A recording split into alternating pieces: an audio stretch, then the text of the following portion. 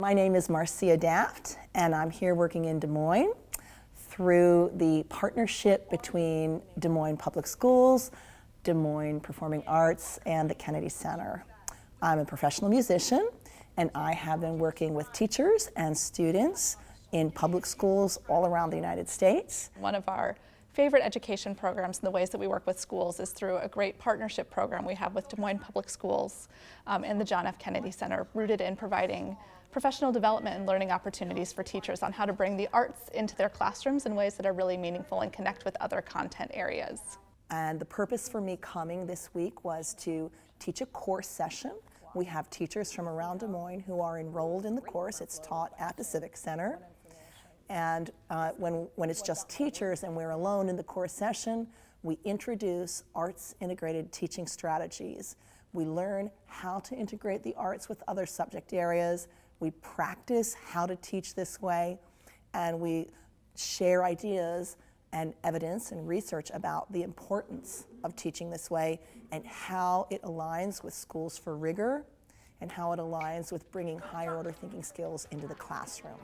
And this is only my second year back in Des Moines. So the arts integration, I was not familiar with it from Wisconsin, and last year I started kind of dabbling in it and got really excited. So this year I heard I had the opportunity to attend the class, and I was very excited to be a part of it because I heard good things last year and I didn't know enough about it to want to be in it. So now it's like, yay, I'm a part of this and this is cool, and we can spread the word and share it with the kids and teachers as well.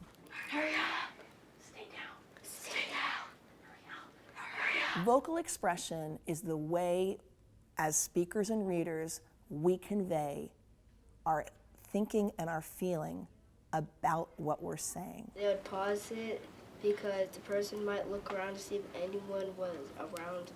So good speakers and good readers use vocal expression to show that they have a deeper level of understanding about the words that they are reading.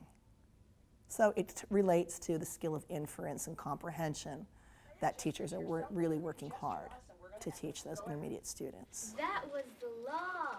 That was the law! The voice inflection is great because even reading something, like I do a read aloud and I'll stop and be like, oh, that didn't sound right, I'm gonna redo that.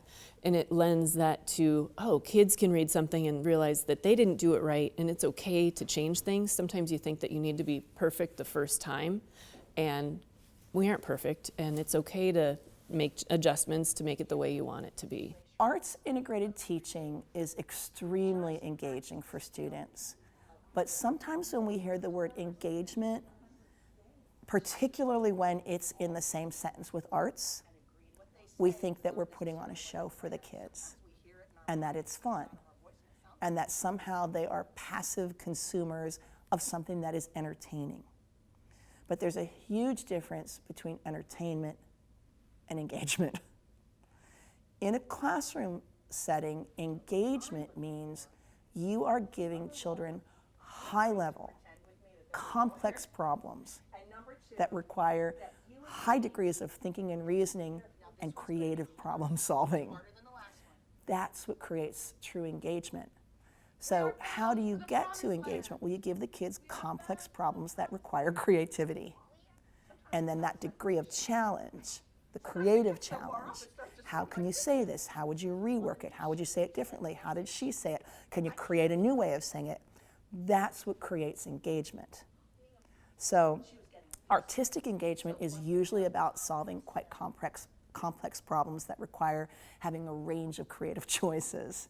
So that's the beauty of the arts integration, and that's the kind of engagement that we're after. It's the kind of engagement that artists themselves work in as they create things.